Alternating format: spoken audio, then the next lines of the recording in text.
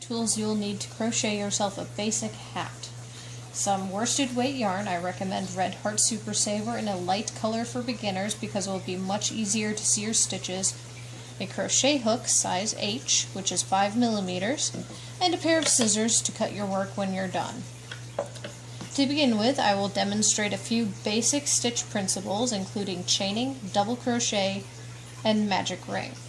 In order to begin with, I will actually demonstrate a slip knot to show you how a chain and double crochet work. To start a slip knot, you're going to take your yarn like this, flip it over so it looks kind of like a fish, and then grab the short end and pull it down into a knot. So it's going to look kind of like this. You're going to have a long tail on the bottom and a short tail on top.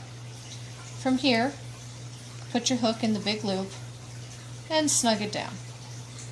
You don't want it too tight, you want it to be able to free flow on the metal of your hook or plastic, whatever you choose to use. And from here we're going to chain. Chaining, you're going to wrap and pull down, wrap and pull down, wrap and pull down.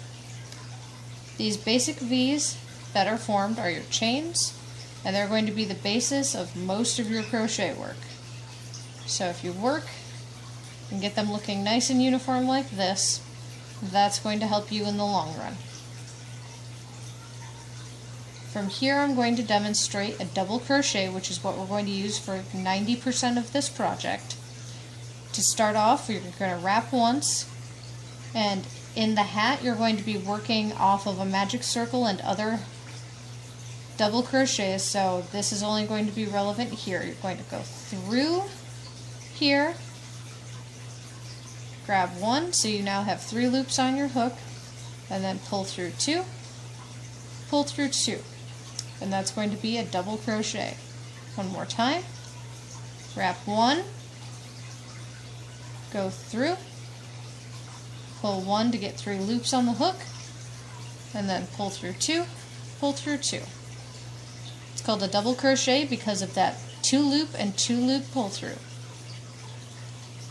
Now to show you a magic circle and start the hat, what you're going to do is take and loop your yarn around like this, and then pinch. So you've got a tail that you can pull up and down to adjust your ring, held in place.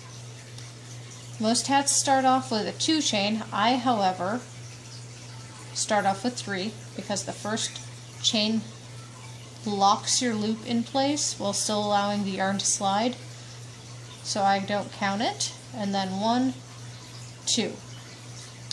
From here you're going to make 9 double crochets in this loop. So 1, 2,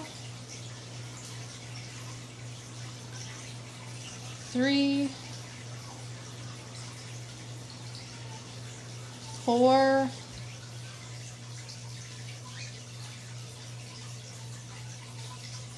5,